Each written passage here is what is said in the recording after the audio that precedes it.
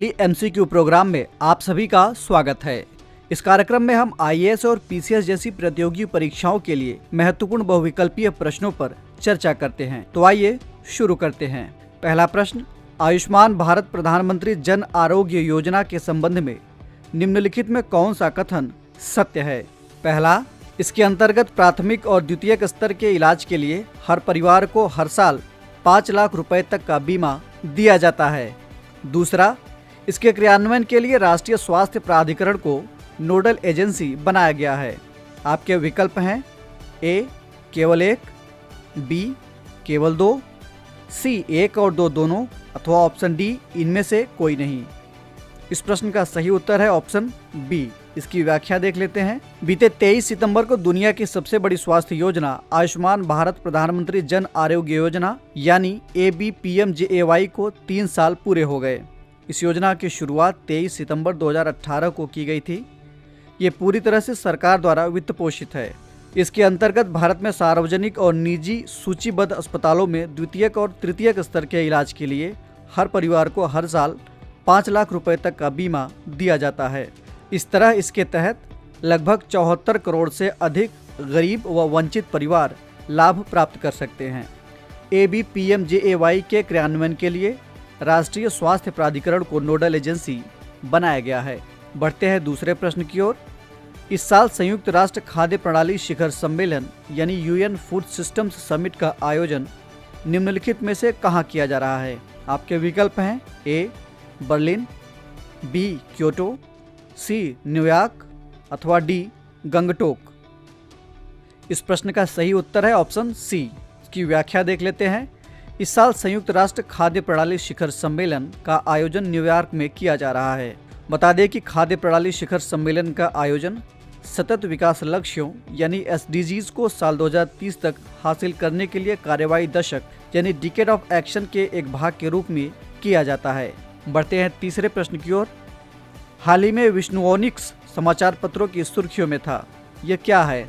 आपके ऑप्शंस हैं ए उदबिलाव की एक पूर्व अज्ञात प्रजाति का जीवाश्म, बी कोरोना वायरस का एक नया वेरिएंट, सी पहाड़ी क्षेत्रों में ओला की समस्या से निपटने के लिए एक यंत्र, अथवा ऑप्शन डी पृथ्वी के अब तक का सबसे नजदीक से गुजरने वाला क्षुद्र ग्रह।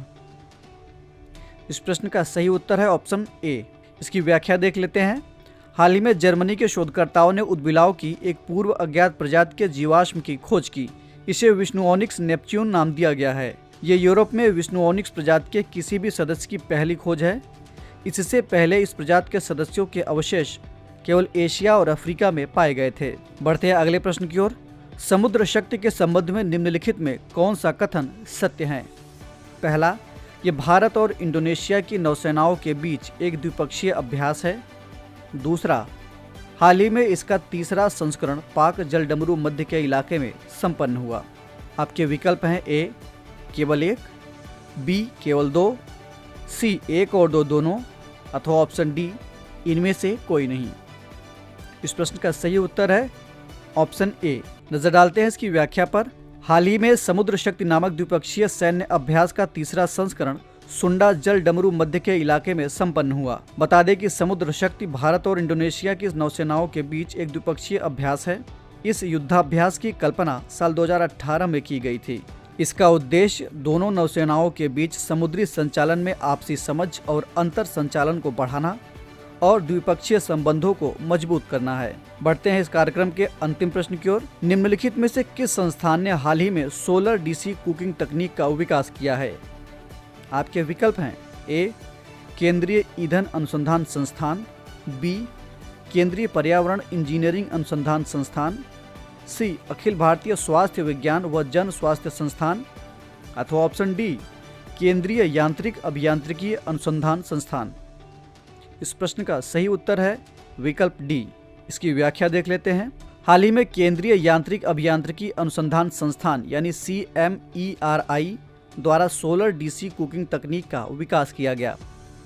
CMERI वैज्ञानिक और औद्योगिक अनुसंधान परिषद यानी CSIR के तहत एक संस्थान है। सोलर DC कुकिंग तकनीक के बारे में आपको बताएं तो ये एक सौर ऊर्जा आधारित कुकिंग सिस्टम है।